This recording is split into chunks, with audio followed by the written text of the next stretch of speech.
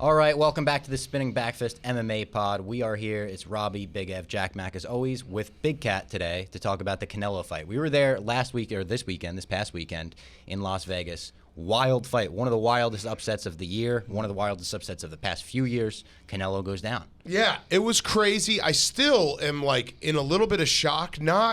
So there's a couple things. One is Canelo, and we said this on the broadcast, Robbie. Shout out everyone who bought it. There were some people who were like, why are your arms crossed for the final fight? Is because I'm fucking losing my shirt on Canelo sucking. That's why you buy the broadcast, because you see us in that mood.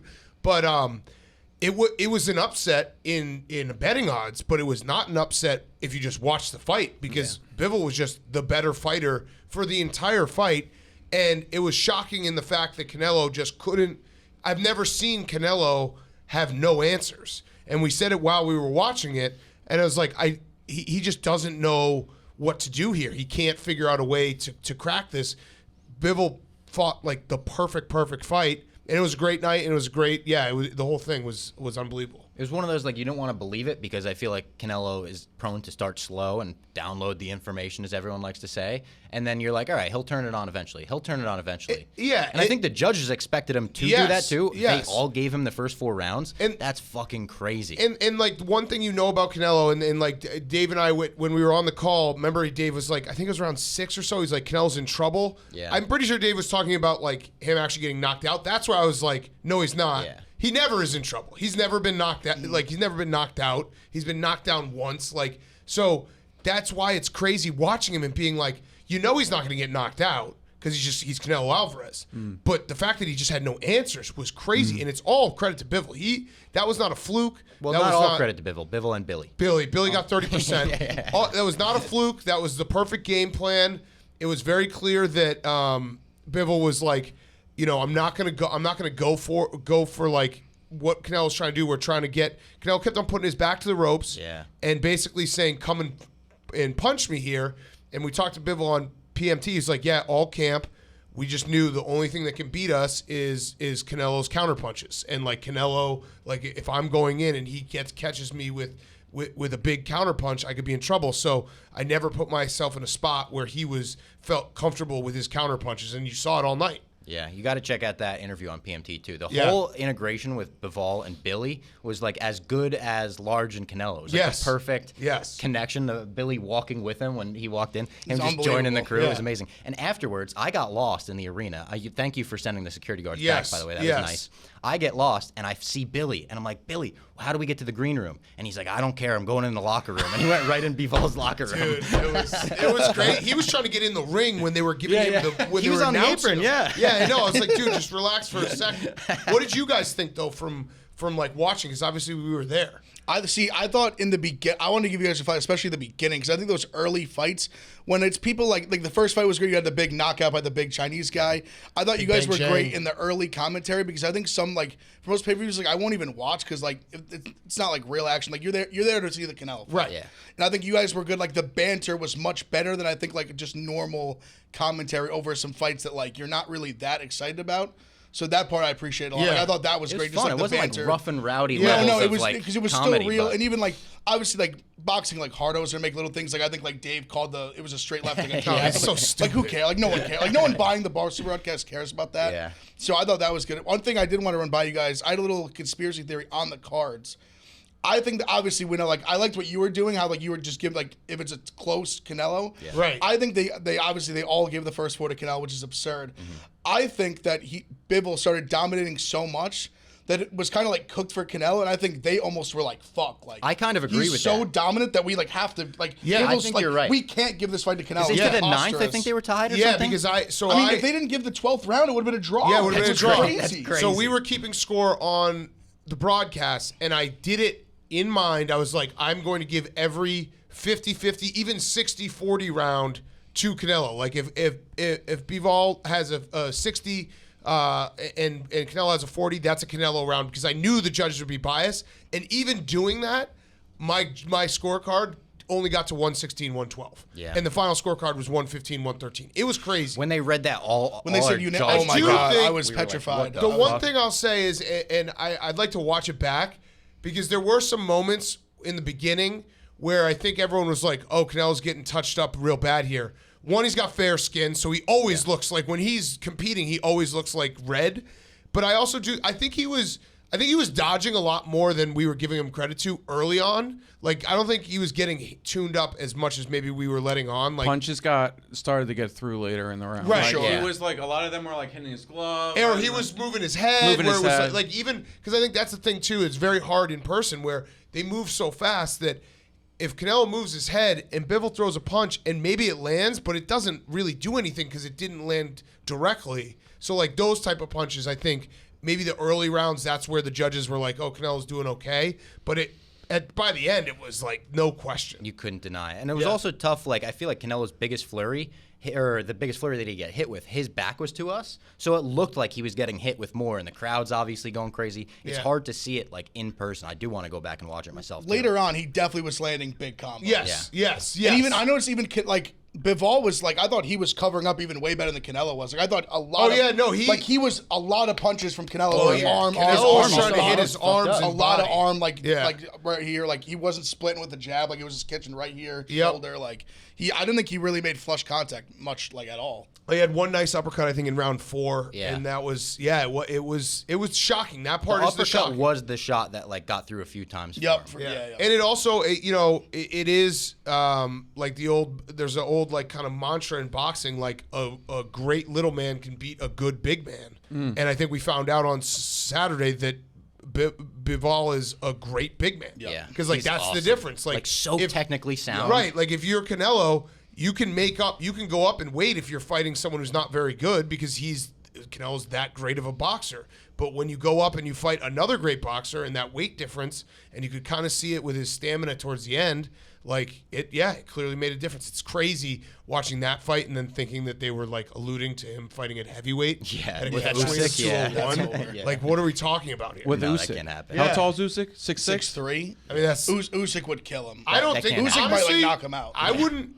If I were Canelo, I wouldn't rematch. I wouldn't be surprised if he doesn't. I wouldn't, because I don't think he wins that fight. I don't know if he wins that fight. I think in him he wants. Yeah, I agree. But like if he fights, because Canelo has still the idea that and it's true, he's gone up in weight and he's gone everywhere to fight people. So if he lost this one, it was shocking, but it still is like he's not fighting his natural weight. He didn't lose the title, whatever.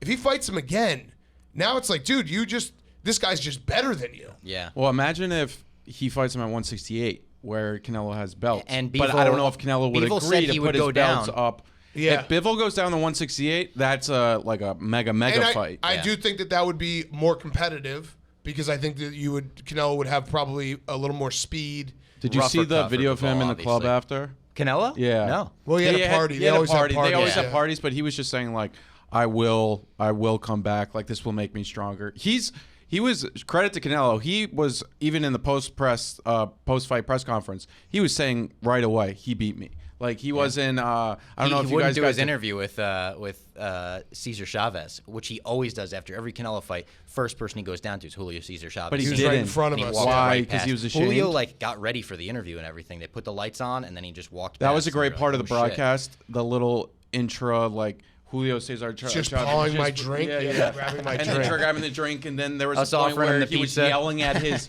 play-by-play guy or something. Yeah. That was great. Did you know our security guard Dan, who famously had the 80-to-1 horse, also had Bivol? Really? He had the greatest Saturday ever. He's a degenerate. Yeah, he bets every side. He bets every side. As Big F said, he was like 1 for 80 plus 62 units on the year. 1 in 19 plus 61 units. Yeah, right. All right, the last thing I want to bring up with you, we had a huge UFC card also, same night, and we got a ton of McGregor talk because the main event, we had a guy miss weight, Charles Oliveira, the champ. Now he's his 5th time? No longer the champ. How many times has he missed weight? I think this might be the first at this weight. He missed, but he's missed featherweight. He missed at a lower weight class a while ago. And he said he would go back like there. Just a quitter. Definitely won't. Yeah. But we got a lot to talk about. Maybe McGregor steps in for a vacant title shot. Michael Chandler called out McGregor. I want to know, in your mind, where are you at with McGregor? Is McGregor ever going to win a UFC championship again? I mean, I would buy any pay-per-view he's ever on for the rest of his life. He's reached Tyson's zone in that respect, where it's like late Tyson. It was like, I know that he probably doesn't have it, but there's that allure of what if he's great for one night again. But no, I don't think he's not elite anymore. I'm firm on he's going to knock out Oliveira. Really? Yeah, firm. Okay. Everyone drops Oliveira. Oliveira got dropped So would that and then he'd get a title? I think could. Yeah. I think McGregor is fighting for a title by the end of this year. Okay. I mean, well, he's obviously going to get fast tracked. Like if his name wasn't Conor McGregor, he would never get another title shot, right? Not, that's his skill level and his results. But recently. Oliveira wants the fight, obviously. Right. So his results and his skill level, like any other fighter, would not get the benefit of the doubt. I'm not saying I actually agree that you have to give it to Conor McGregor because of the pay-per-views and it's sports entertainment at the end of the day. But yeah, I mean, I guess if you guys are telling me it's a good matchup for him, I just don't think that we go back to it every single time, the Marvin Hagler. Like, it's tough to do road work in silk pajamas. Conor McGregor is insanely rich, lives an awesome life. Does he have the hunger to climb back up the mountain? And he keeps saying he doesn't want to cut weight anymore, and I'm like, that's part of the hunger. That right there's the hunger. I mean, he definitely can't win a belt at 170. Yeah, like I don't want to see way that. Too big. Yeah, that's. But even Oliveira, he could knock out Oliveira, but I could also see him doing something similar like he did to Gaethje this weekend. But like, what if you're if you're just thinking to yourself, if you're Conor McGregor, why? Like, do you actually? You don't have to. No, you are so. And so that to me tells me, yeah, maybe he'll win if you guys are telling me it's a good matchup, but he won't. I don't think he'll defend it. I mean, he just has that big left hand, like he can shut off anybody. Right, exactly. So it's similar to the Tyson, where it's like, what if he catches him with a clean one? But in terms of staying up at the top, if he gets a title fight, wins it, then staying there, I don't see it happening. Like, I just don't, because I don't blame him at all. His life is made. He's made generational wealth for like the next 6 lines of McGregor. So what, Also, one of your guys tweeted yesterday, Nate Diaz, that he's coming back July 30th. So that would be great. To that. Do you remember when you almost had Nate Diaz on? Yes. Pardon my take, what his one clause was? Yeah, it was like, we just have to be able to smoke weed in the room. Well, it was that, and don't bring the McGregor guy. Oh, yeah. Which I was not going to be there, Robbie, but they made it very clear, like, he's not allowed to be in the building. They also were very clear that, like, we got to be able to smoke weed. Yeah. I was like, yeah, we're in. All right, thanks for joining the Spin It Back show. We appreciate it. All right, welcome back to the show. Thank you, Big Cat, for joining us. Now we are going to get into some headlines. UFC 274, obviously, this weekend. I feel like before we talk about the card, we have to talk about the main event antics that went on earlier in the week. Oliveira missing weight, losing the title on the scale for the first time in UFC history, and he was not eligible to win the belt this weekend, even though he wound up getting the victory in the end. Crazy turn of events. One of, like, the wilder things that just in terms of, like, leading up to a fight, like, where just something that you're not even, I know, like, he has missed weight in the past. I think it was a long time ago, and it was at 145. So I don't think it's just weird to have something like that happen that's just totally unexpected. I didn't even, like, think about it, because obviously you hear people, like, not making weight on the Friday before fight cards, but usually it's like undercard people, or maybe even like a UFC fight night, the guy misses weight and then has to forfeit half of his purse. Like, yeah, right. But I went to go get Chipotle, and then I saw the text in our group chat. I was like, wait, what? And then, but at the time when you sent the group chat, the text in the group chat, Ev was right. He still had an hour left. I thought he was going to make it. I thought he was going to make it, because it was only half a pound. But I guess he was probably just like at his wit's end and was like, I'd rather. He did look tough on the scale. He did. Like, you could. It was so. I didn't think he looked as bad as people were saying. I was more surprised. So he did an interview later on that day with Megan Levy where he, like, kind of finally addressed it.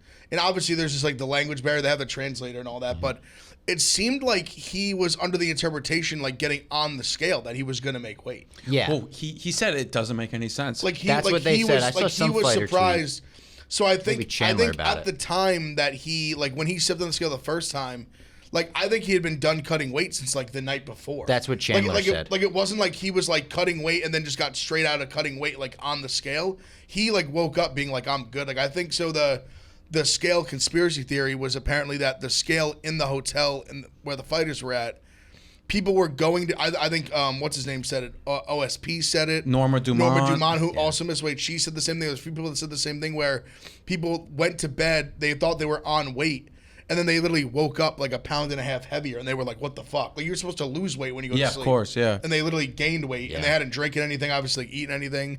So I think the same thing happened to Oliveira, where he just was very confused. He went to bed thinking he was on weight, and then just woke up and was overweight. So he had been cutting weight for literally probably at that point, he was the last person to get on the scale. It was like almost 12 Eastern time-ish. So probably like over 14 hours he hadn't been cutting weight. And Chandler so he was said, just not there. To work up a sweat again and start cutting after you think you're done, he's like, that's hell. That's I think it almost physically. was like I guess no one really knows what he did in that hour time. But if you're just out of like scale cutting mode, like it's almost like what do you do to cut a half pound in that like quick of a time? Just get on when a you're bike. already that thin too. It probably almost impossible. Yeah. For someone with his body type. It's fucked up, and he wound up winning the fight. Crazy turn of events. Was unbelievable. Gets dropped too. and comes back. He's almost like a zombie at this point. Got dropped when we talk twice. about the zombies. He gets dropped the and comes second back time after I actually the Chandler think he kind thing of too. like. The second time I think he got hit hard and then kind of was like, like went for guard. Like he was like, come on. Yeah. Because then even the one time he like pulled him into it and then Gaethje like got up. Because he kind of like, he gets hit hard and there's like a little second he like kind of just like wobbles back and then he just kind of like, he just falls. This was the perfect fight for him, though, in terms of Gaethje all week calling him a quitter. I'm going to make you quit. I'm going to make you quit. That shit's for him over. to get dropped and then bring back up, come on. He's not a quitter at all. It's literally been the narrative of his last 3 fights, and he's gotten dropped all 3 fights and then came back and won. Crazy. In like impressive fashion, too. In like no doubt fashion. It's insane how big, it's one of the biggest turnarounds in sports, I think, like ever. He was Oliveira, a nobody. Yeah. Kind of like you could say he was a journeyman. He was a journeyman. That's now like he's like the guy. He should fly up the pound for pound rankings. Now he's like the guy, not the guy, but like the fact that he went from a quitter to a guy that's like you can't finish him. He's like the Terminator. Yeah. It's like it's almost the suit he came it in doesn't with make too. any. The red suit was my fire. God. Very fire. Yeah, we know what favela he's from, and then he after the fight, you couldn't understand what he was saying. But his post-fight with Rogan in the ring was like I was like, okay, that's a star. Champ. That's a star. Well, then that being said, who do you think is next? I know. I mean, I think. Do you think Conor really comes back and gets the shot? Do you think Makhachev gets the shot? Do you think they're going to do Makhachev Beneil? I think. See, if they want real intrigue, they make Makhachev fight Dariush. I know it's also so. If you really think about it, like if you look at obviously. Oliveira's been fighting title fights, and like the run he's been on has been insane. Where he's beaten like now just as a champ, he literally crushed Chandler, Poirier, Gaethje back to back, which is crazy. After crushing Tony, Kevin Lee, like some big wins over some really good guys. Like I just think Makhachev, like I get how dominant he is. Like he needs to beat someone that's like you can't have your best win is what. Thiago Moises? Yeah, it's almost like come Hamzat beating Burns was like, whoa, okay, he's for real. He beat Burns. Like Makhachev needs that fight. He hasn't beaten anybody in the top 5. And also we saw, and it's different because there's levels to it, and Makhachev has been around for so long. But with Hamzat, we saw that we thought he was levels above even the 2-3 guys. Yeah. But he wasn't. No, he was. Yeah, he was above them, but he just was slightly. above them, but slightly. But we thought he was in there, and he closed at what -500. Yeah, he wasn't. He was a -110 at best. It was a pick'em fight. Yeah. So with Islam, you want to see like his best wins, Thiago Moises, or it's not Bobby Green, it's not what's his name, Drew Dober. Like it's none of the you can't. Those are just when you're talking like those real are decent title wins, contenders. Those aren't real like title fight wins. They're in your like your fight package before you go out for your walk, but it's not like the wins. You're right, and I think that there's levels to it, and Dariush. We may be like, wait a second, maybe Makhachev isn't the second coming of Habib. He may be, but that it looks like it right now. What do you think that the odds would be for Oliveira against? So there Makhachev? was an offshore type thing. I was actually said this to Robbie early this morning that I saw it was literally as of like Saturday. I think it even still was after the fight that Makhachev was minus like 400. Today it's 200. So people are giving Oliveira like starting to give him his respect. See, the thing with Oliveira that he's proven, especially in these last 2 fights, I mean, he needs an inch. He needs 1 inch. You make one mistake. Over. And that's what I tweeted. I bet Oliveira inside the distance because I was just like, he has so many ways to win. Gaethje is one way. He knocks him out or he loses. I was like, Oliveira can win this fight so many ways. I mean, and now he's just become like, if he just lands one good shot on you, that's the inch. Yeah. Like, I mean, the punch that he landed on Gaethje that dropped him was clean as hell. He knocked out Chandler with a clean left hand. Like, he dropped him with that left hand and then jumped on him. Bang. Like, over. Like, there was, I mean, if you really think about it, like, that exchange on the ground was not long. No. It took him literally 10, right 12, away, 15 Gaethje seconds. got out of it for a second, but it was And then almost was like immediately Oliveira in a was happy about it, so he could go and take the back. And the second he took the back, I was like, oh, it's over. It's over. Like, that's he needs that little The inch. fact like, that he's fight phenomenal. was only 3 minutes long. It felt like an eternity, but Like it a was war, 3 yeah. minutes. Because so much. I mean, there's so much happened yeah, in 3 minutes. I mean, and you look at him now, like, he looks so big too. Yeah. Like, Not as big as Oliveira McGregor. he We're looks, seeing all those McGregor pictures lately. He looks fucking massive. He called him out too. It's hard to see McGregor getting to 155 at this point. I know. And he's saying he doesn't want to cut the weight. He doesn't want to get down there. So it is like, Maybe, I don't know if he even can. Yeah. But if he can, we talked about this earlier. I do think he can rock Oliveira, knock him out. McGregor posted that long thing about how, like, the shots that everyone talk about are the ones that he hits on the feet, but the ones that are truly putting his opponents out are his ground and pound shots. He has some of the most accurate ground and pound in the game. So He really does. I don't know if Oliveira gets dropped by McGregor like that. I think McGregor just fucking swarms him and lights him up on the ground. Yeah. It would be a great fight. Like, it's almost kind of like the build-up. Like the way Oliveira has been getting hit and, like, surviving, it almost is like in the one lead up to the Diaz-McGregor fight, they're, like, on the TV, and McGregor says something like, he's like, yeah, like, I'm going to knock him out stiff, and Diaz he goes, you better. He's like, that's your only chance. Like, if you don't, I'm going to fucking beat you. And that's how I feel about Oliveira. Like, it's like, you better. Speaking of if Diaz, not, he's going to take your neck. I just talked to TiVo out there. Shout out TiVo, who works at Barstool. If you don't know, he does some behind-the-scenes stuff. He's on the chicken fry tours and stuff. Yeah. He was at, like, some Gronk party recently with Nate Diaz, and he said Nate Diaz was just dancing with him on the dance floor and, like, playfully trying to start shit, kind of like the Shane Gillis story. He was like, that guy's talking shit. And he said Nate Diaz poured a whole beer on top of TiVo. Yeah. I think I would be like, yeah. I'd be like, give me the beer. I'd be like, that's exactly what I wanted you to do. What a legend. I hope he does get that July 30th fight. I just want to see him fight. I don't know who would be against. Do you think Hamzat? Do you think he finally is like, all right, fuck it. Hamzat seemed like it wasn't it. Well, like, Hamzat was well, he said he wanted to fight. Hamzat was like, you've ducked at me fighting me like 10 times. Like, he basically called Nate Diaz out. Like, who are you saying is ducking? Like, you've been ducking me for a year. McGregor responded was like, I see you're coming to your senses, but I don't think McGregor's cleared. I don't think they're talking about it. No, I don't think he'd be good for July. I mean, it's funny because I think he kind of just said that without, like, a real opponent. He's just saying, like, all right, like, I'm fighting. This is what I'm fighting. He just told the UFC, like, this is what I want to fight. I want to fight. Like, I'm didn't throw in, not the air at Hunter. Just like not even the right guy. Honestly, it was funny. There's so many good fights for him now. Like, I mean, I would watch him fight anybody. He's the opposite of Henry Cejudo, who I tweeted about before, where it's 2 years to the day since Cejudo last fought. I was like, I just don't give a fuck. Like, even if he comes back, he's a great fighter. I'll watch the fights. I'll be entertained by the fights. I'll be happy to watch them in the moment. I just don't care if they happen. Nate Diaz, I'm like, I want to watch him fight anybody, anywhere, anytime. I want the build-up. I want it all. I want a Nate Diaz fight week. It would be even him fighting Chimaev, like, it would be like seeing Nate Diaz get, like, submitted would make me feel like I've seen, like, a ghost. Yeah. Like, I feel like that's impossible, but yeah. Hamzat's just so big and strong. I don't know. We got some other stuff to talk about on this card. A horrendous co-main event is what I heard.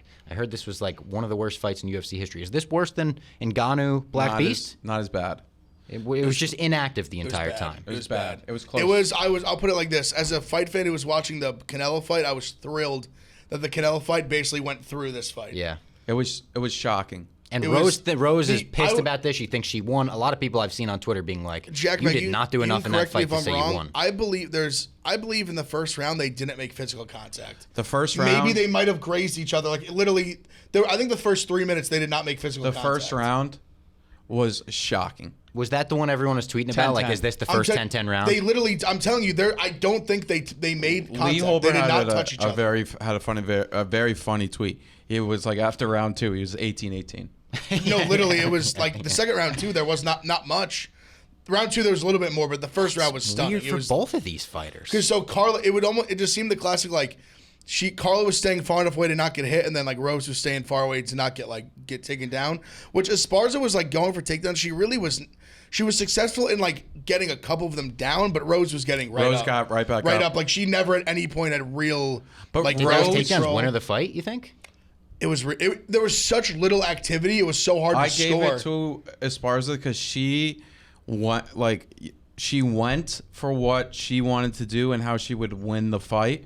more than Rose did. There wasn't any like Rose only really connected when Esparza came in. Like, there was that one she threw that kind of looping like hook that she kind of caught her with, but yeah, I had it Esparza too, just because I agree with Jack. She just was a little more active, which that was kind of all it took in the fight. And Rose didn't really do anything. That's it's hard to give it to her. Only moment was in the last 10 seconds of the fight. She just took Carla down. Yeah, if she had done that earlier, she would have won the fight, no problem. No problem. And Carla's now getting married this week. She's going to walk down the aisle with the belt around her waist. Kind of badass. I think, well, that's awesome. Rose's post-press conference was, in my pathetic. Oh. But then she did go on Instagram the next day and was like, all right, guys, I rewatched it and like... Oh, really? Yeah. But she kind of owned up to the inactivity. Her post-press conference was pathetic. She was did nothing in the the moment, whole fight, and then was on the post-press conference talking about how it was like, how can you not give me credit for having the better game plan? Like, what am I supposed to do? Just have, like, to win a fight, I have to get this face messed up? I was like, what? If you don't want to get your face messed up, go knock her out. Like, it was just like a... Or take her down. Like, do something. But I get it. I think that's a really tough... It's tough for athletes, right? I don't want to, like, make it, like, lick the athlete's boots too much, but as an athlete, you go in there, it's a title fight. You lose the title fight you thought you won. Then you have to go talk to the press, and you haven't watched it back. You thought you won. Your people in your corner are telling you you won. You go on Twitter, people are probably saying you won.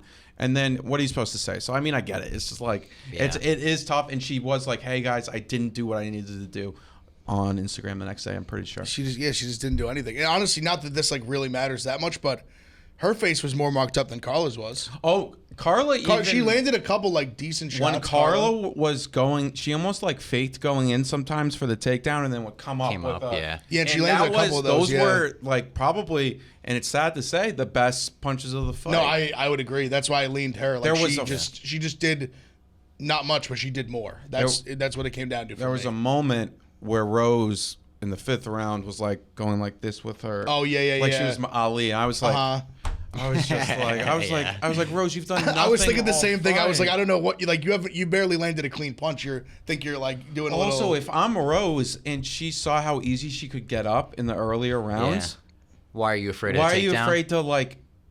And you have the reach advantage on Carla. Yeah. But she was like throwing. She almost was doing the Macy Barber, like throwing out of the air. To some degree, yeah, she was not quite as egregious, but I agree. And with it was right after. I mean, possibly it was possibly the knockout of the year. Yeah. I mean, we can move right on to that. Yeah. Chandler Ferguson. And the crowd was like just deflated. It was a deflating as a deflating fight can be. At least it gave the crowd, I guess, a second to catch their breath before the main event. Because when you have this fight, Chandler-Tony Ferguson, everyone's excited about it coming in. People are worried about Ferguson, obviously. And then Ferguson comes in looking better than he has his past couple fights. He hurt him. Yes, badly. I mean, you see his face. He dropped him badly where I was like, wow. I was in shock. Felt like, and we had the parlay, I felt good for Tony at the first round. I was like, and even though Chandler ended up taking him down and landed, even though, actually, I think what really cut him bad was Ferguson landed a good elbow from the bottom that split him open. But Chandler had probably like 2+ minutes of ground control, like a good amount, enough that you could have even given him the round potentially after getting dropped and landed some good ground and pound shots. But I mean, you felt like Tony was active on the bottom. Like you felt good about him going in. You're like, all right, this is a different Tony. He's got a chip on his shoulder. Like, he felt good. Like he was really like his hands looked crispy. Like he was moving well. And then he comes out for the second round. And then he just gets his chin punted off. Unbelievable. This was one of those, like, I watched it right as the main event ended, the Canelo main event that we were calling, and I showed it to Dave and Dan, and all of them were like, holy. It's one of those that, like, you don't even go like, oh, that's awesome. It was just like, oh, my God, is he alive? No, what got me, so obviously I was excited. I was like, oh, my God, like, we just hit the parlay, feeling good. Like, I bet Shout Chandler. out to everyone that bet that. Shout out to Spinning Backfist Parlay. We're back, plus 11 units. And then, so he literally, it's not funny, but he literally did 4 backflips. Yeah, I know. He was just going on his grave. And then literally behind him, Tony's limp body is there. And then, so it's at this point, it's probably a full, like 2 full minutes, which I get in real time isn't a lot, but in the realm of this, it was a lot. Feels like a lot, yeah. He's on the cage celebrating, and they're not showing Tony anymore. Like, we haven't seen him in like a minute plus in the broadcast. And then Rogan just goes, Tony's still out cold. And then I was like, oh my God. I was like, this might be really bad.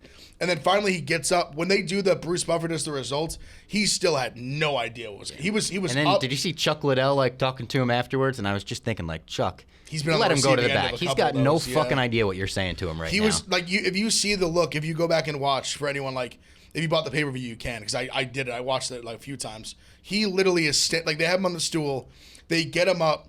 Herzog literally he's like turning him, and you can just see his eyes are just like blank. That picture of his face too, one of the craziest MMA pictures ever. Yeah, it literally was fucking. He's frowning. He's got like. It was the same eyes. as like the Edgar face of the one with Cheeto, but it was. Because it was, I agree with what Rogan was kind of saying too in the broadcast, where like it wasn't like the same as like Anderson Silva. No. It was. He didn't like it. He football punted his chin, and it was just crazy. put him out cold. He bounced the way his body like reverberated on the canvas. Immediate impact. He was out. It was almost like it was a shotgun shot at him. Yeah, literally like in close range. Literally, it was the insane. way his body the four went backflips were so funny. Liddell was funny. So over there the was top. an angle they showed. I actually have it on my phone. I'll show you guys. Liddell just didn't react. Oh, he didn't even not flinch. at all. He didn't flinch. He's just watching. He's just like, oh, that's what happens. Yeah. And it was, oh my. But Chandler, it was funny. Like Cormier was pointing out that cut as the kick was about to happen. He was like, "That cut's bad, Joe." And then I don't think DC. I watched it back of the booth reaction. Like DC wasn't looking at the rim when it happened. You can kind of tell. Here, I'll show you. He just sees Ferguson like on the ground. Oh yeah. Like he like his eyes like Joe open. He's the like, kick. whoa. So Joe is horrified. Yeah. So Joe like look at Joe's horrified, but DC like, hasn't seen it yet. Yeah, he's like, oh man. He just sees Ferguson just on the ground. He's like, what's going on? Like Anik is like. And then, I think Dana called it the most brutal knockout he's ever seen. Which he says, every now and then. There's a few that you can say that, but like that one is it doesn't get much cleaner than that. It's up there with Meatball for sure this year. No, those are the two. Like guaranteed nominees. It doesn't get cleaner than that. I mean, and then knockout of the year, maybe promo of the year afterwards. Unbelievable. And also just throw this in. He never trained that move. Yeah, that was a street. Wow, he said that. He said that was a street, like literally street fight shit. He just saw it and he just went for it and he just landed it perfect. And you see in the picture like toes are up. He's landing on like kind of the front ball of the foot. It was picture perfect. He just went for it. Molly, by the way, hit me up and said, "Can I land one of those on you at 50K?" I said, that. "I would literally die. We would get the posthumous 75K afterwards after I was dead." Maybe as like a rest $1 million. in peace.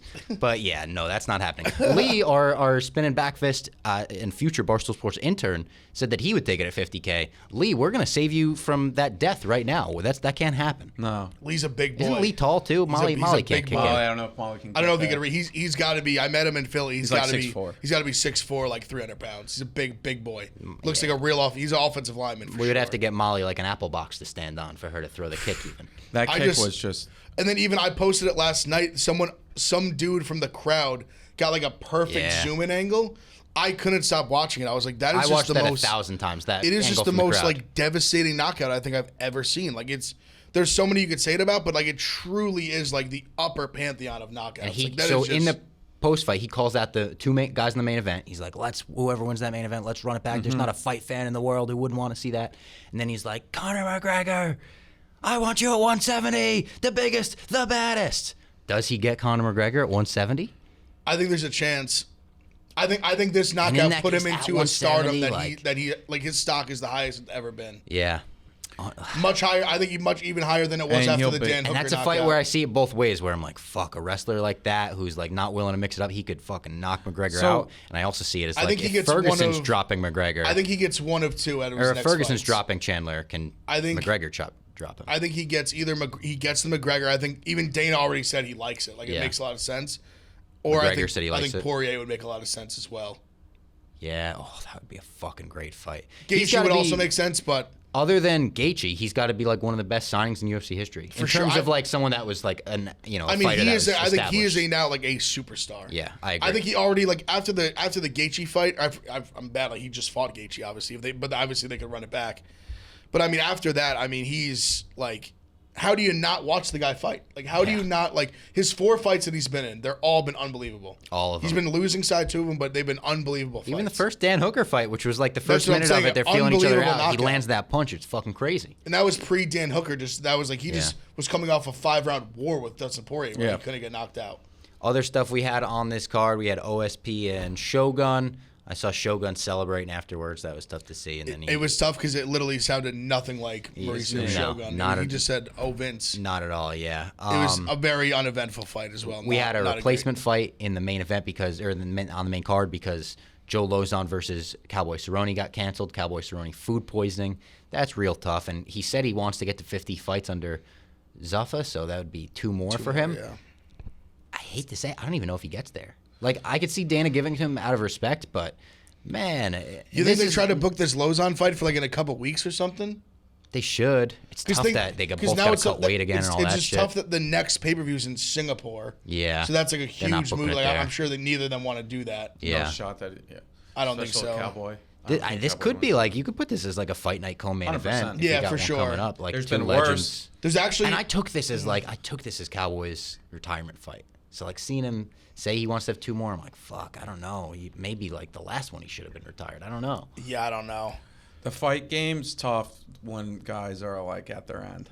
I think him fighting Lozon would have told us a lot because totally. Someone did around like matchup. Obviously, the Moreno fight was bad. Like he got finished early, but the fight before that, he had like a really good scrap with Nico Price, who's not like a slouch. Yeah. Who's a tough, dangerous guy. So it's not like he was totally out of it. But I don't think. Yeah, he's not a bum. Just seen him get knocked out so many times. I know it's tough. It's tough. Like when you see just like Gaethje, which obviously Gaethje's a monster, but you see Gaethje just absolutely run through him like. Yeah. Poirier off a huge layoff, just run through him. Connor off a huge layoff, run through him. That's not. It's just bad. Like just everyone. Not good. What else do you want to talk about on the card? Because I obviously didn't see any of the prelims. I fucking hate Macy Chiasson. I hate her with a passion. The fact they gave her that fight for just laying on Norma Dumont. It wasn't even like she took Norma down and laid on her. She just laid on her on the fence. That was fucking pathetic. That should not be rewarded. Norma I thought had the better punches in every round, and Macy Chase, maybe you could give her the second. I don't know. She's pathetic. I don't like her at all, man. She's just like, pathetic. If you're gonna just like lay on, just grapple against the fence and do nothing. The judges saw. It was 2. The card was 2 cards gave her 30-27, okay, and then the other gave Norma 29-28. Just 1 round. I thought it went to Norma. It was a split decision. No, it went to Macy. Yeah, but one judge gave it to Norma. Yes, I was saying, it was. I think giving her the 3rd round was like insane. Like that's how a catchweight fight too. They missed weight. Because Norma missed weight. Okay, yeah. But yeah, it was. Honestly, the Chanel Royval fight was crazy. Chanel drops him like in the first minute. I saw her text about it, yeah. And then he even has the takedown. Like Chanel gets the top position, and then he loses it and just immediately just gives up the guillotine, and it was over. Beautiful win for us there. That was part of the parlay. Like it was so. It happened so fast. Like he went to kind of he made Chanel made this little transition and just left his neck, and Royval just snatched it up, and that was it. That's it was fucking over. MMA. He was Chanel was tapping with both hands. I know. Oh my god. He literally was going like this. He was like, it was crazy. Fucking choke. And Royval, I think, has a really good case to get a big fight. Like he even mentioned the fight that he lost to Moreno, his shoulder popped out. Yeah. Which I remember that. Yeah. Like he didn't really, and he was doing. It was early in the fight, but he was doing solid. I remember. Prior to that, he beat KKF. Yep. Yeah. That's a big win. No, he's legit. He's long for that division too. He looks tall and long. He's obviously great submission game. I think he should get he should get a legit top 5 guy. I think he should be in a borderline eliminator fight. Wow. He also is. I wouldn't be mad at it. His hands are great. They are. He's an action fighter. I really like watching him fight. And he's an exciting guy. He's exciting guy. The Ivanov Lima fight was just whatever. Ivanov has the chin of fucking steel. He really does. De Lima hit him with some. He's done it with Lewis. He was in a similar spot. Yep. He ate some big shots, and he was always coming forward. That's why people thought it was a robbery. I disagree. Way too close to be a robbery. I even leaned Ivanov. I know we could say we're biased. We had the parlay. He was always coming forward. He was always big, and he was landing good punches, and he was eating the punches that he was absorbing. So I thought that was a fair. If De Lima got it, I wouldn't have screened robbery. I thought it was Ivanov. Yeah, agreed. But it was De Lima didn't do enough. And if it's close, you go to that secondary criteria, and that includes octagon always, control, especially and all in the later, the second, third round, he was always pushing forward. That was another thing about the Rose fight. It was you didn't even know who to give octagon control because it was It was back and forth, and that Esparza would be in the middle a little bit, then like Rose would be in the middle. It was kind of like it was a weird fight. It was bizarre. Actually, so this real quick, Fiallo had a great knockout, and then so he claims he just wants to fight in the next pay-per-view again. Okay. Fuck yeah, keep doing it. Let's keep the streak going. Dana said he loves it. He's like in, like you're in. Like, all right, awesome. That's also, a great gimmick. He's been in these great fights where he just keeps getting first-round knockouts and taking basically no. Van Camp did a couple of good shots, but overall, that's a guy that knows how to make himself a star. Who sees what happened to Hamza. Dana loves. Dana had a hard on over it. Like, he was like Singapore. He's like, you're in. Like, we'll find you somebody. You're in. What did you think of the Randy Brown Chaos decision? Chaos is my guy. I've said I'm a Chaos rider. I couldn't be like mad about it. I thought it could have went either way. Very close fight. I would love. Randy Brown he's such an athlete. I know. Yeah. He's so long. He looks like a wide receiver. He really he's does. So long and like his legs are so long. He was throwing some good kicks. Chaos landed some big punches. He did, yeah. He dropped him in the third round that I thought was maybe going to get him a decision. But then, I was hoping so, but it didn't. Yeah. I can't. Definitely not a robbery. It was a very close fight. Can't be mad that Randy Brown got it. He probably was deserving, but I think it was a split. Chaos landed like probably the biggest punches. Yep. Randy Brown was probably a little more consistent throughout the fight, so it was a good scrap. They're both like definitely tough guys. Like Randy, they'll both be around. Chaos has got a big time chin because even Randy landed some big shots too. Yeah. Some clean shots. Chaos was eating them. Yeah. Speaking of big shots, though, I would say ranking the big shots of the night. Number 1, Chandler over Ferguson. Number 2, this random security guard over this girl that tried to run into the octagon. She's like, Dana, I'm coming for you. And she jumps entranceway, runs all the way to the octagon, gets to the octagon. I think runs up the stairs. She kind of like, you could see her get elevated, and then a security guard just gives her a real quick bump, and she's off the place. And everyone the guy that was filming it was just like, oh, look at her run. Oh! It was so funny. That was a great video. I didn't see it until today. I think all of us were like, that. Yeah, it took a day to come out, but. She really thought she was about to pull some shit. Yeah, no. And I know she got that. She literally just jumped out of the crowd and was like, I'm about to get in the cage. Like, don't you guys realize the security guards live their life for that moment? They're just all day like, just fucking someone try to get in this octagon. She watched Khabib McGregor and she was like, they did it. Like, I did it. Yeah.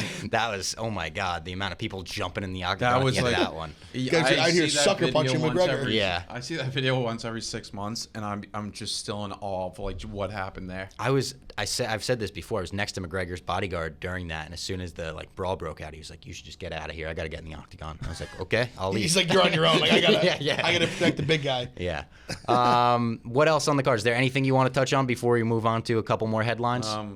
Like Lupita looked really good. I think she was dominant. I think she could be somebody that could be. Also, her family like is just of like all just MMA wrestling. Oh, really? I guess this weekend somebody won something. Her sister at like the Pan Am Games. Then another one won like a wrestling competition, and she won all in the same weekend. There's a tweet out there. Those family parties must get rowdy when they all start drinking. But I like her. Everyone on grapple tussle.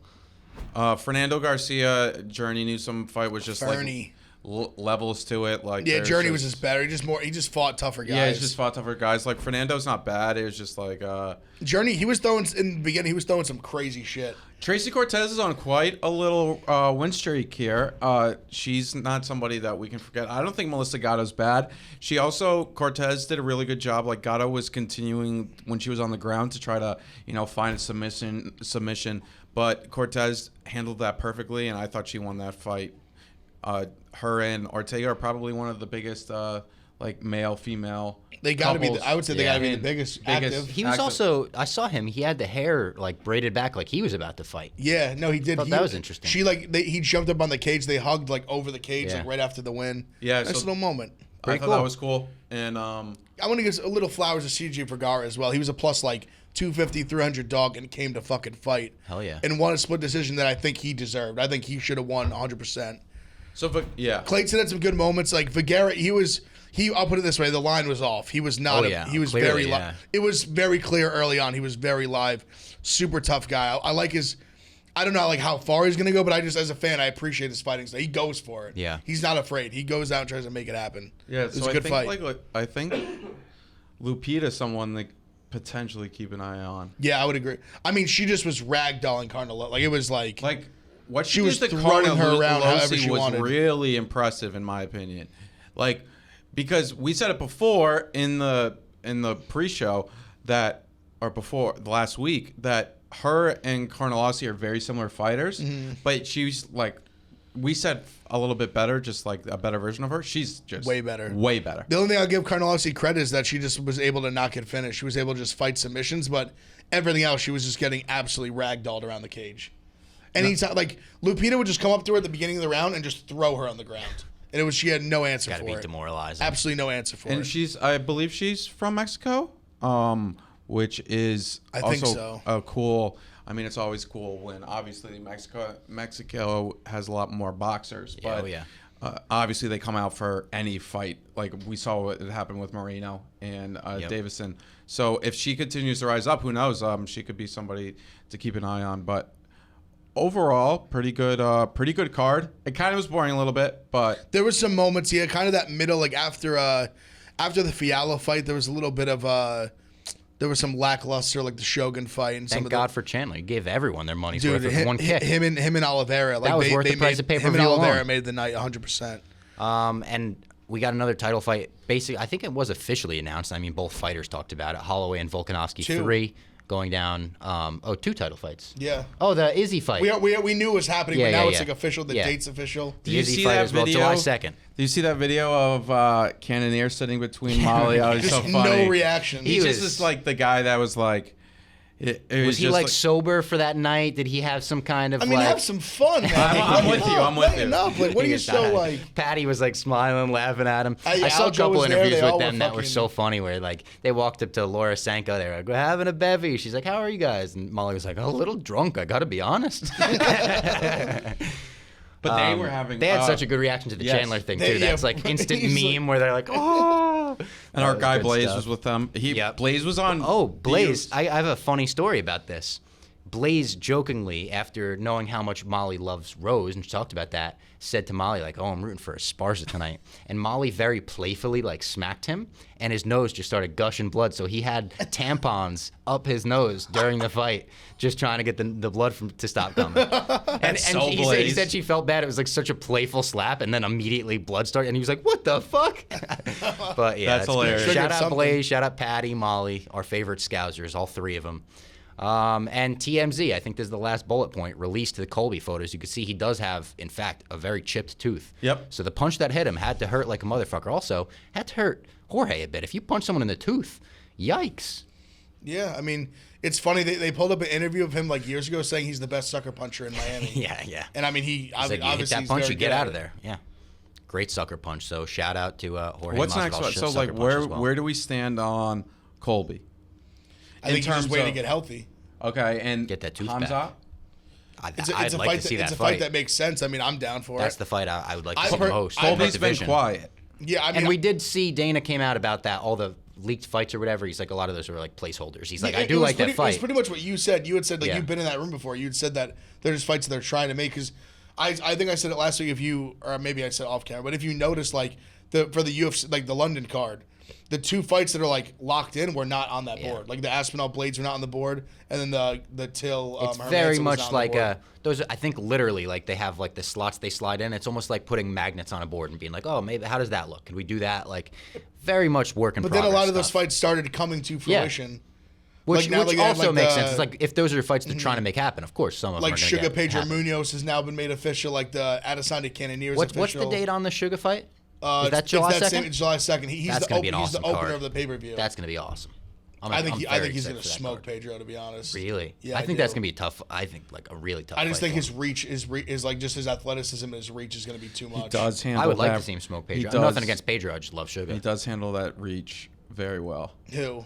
Sugar. Hopefully we'll get him on before that. Yeah, we've gotten him on before with Barstool. I'm such a Sugar fan. Sunday conversation. It's really impressive what he does from just like a distance management perspective. It's fun to watch. I just think Pedro is like a good matchup for him. Like I think that's a very winnable fight. I think Patty's on the Sugar plan now, and Sugar's still on the Sugar plan, which is like Patty's on the Sugar plan. Yeah. He's eating a lot still. Did you hear what he said? He said that he was like, he stepped on the scale and he was a lot heavier than he expected. I was like, bro, like, have that's you been like seeing that's like me tweets? when I got kicked by Molly and I was like, it hurt more than I expected, and you guys were like, well, yeah. He'll figure it out. I mean, he'll probably lose that weight so quick. I'm sure once they're probably going back. It's July 23rd, so I mean, he's got a little bit of time. I don't think he's going to be on that card. You don't think so? Don't think so? I'll tell you something off the air. Sorry, guys. Jeez. All right. Well, so I saw he's meeting with the matchmaker and his agent. Well, my thought was like the fight that they had on the fight board. I don't think he's fighting at Adam and Azir he shouldn't. For 12 and 12. Even I saw Dave in Vegas this weekend. He was like, "No way should he fight a Zetar." And I was like, "How the fuck do you know who that is?" Yeah, like, what? He'll randomly know guys because he knows. Like he knew what's his name? Fucking why am I drawing a blank? Hand sanitizer boy. Oh, Taporia. Taporia. He knows Taporia's manager. Oh, the Kawa. When I was in, it was right after that. He knew who Taporia was. When I was in Philly, we were gambling. Me and Dave were talking about it on the stream, and I was like, Patty doesn't want that fight right now. And Dave even was like, I know. Like, and his manager. He said he's like, for real. This is maybe behind the scenes, peek behind the curtain. Dave told me his manager hit Dave up and was like, "You should say that they should fight." And Dave was like, "How much do you want to pay me to do that, dude?" Dave said something kind of similar to me when we talked about. Like he was like, the manager reached out to me and he was like, "Oh, like I don't." Trying to like. Because that's when I told Dave I was like, I think maybe they think Dave is like Patty's manager in that way, and like that's just not how it is. If he said something public, he put a little pressure on him, I suppose. Yeah. We do have an awesome episode coming Wednesday as well, kind of a Bellator skewed episode. We're going to have interviews with Scott Coker and Chris Cyborg coming off her big win at UFC or Bellator Honolulu. Almost said UFC Honolulu, which Max Holloway would love to see happen. That still has yet to happen. And I think that's it for this show. I think that's UFC 274. That's the Canelo wrap up, and we'll see you on Wednesday.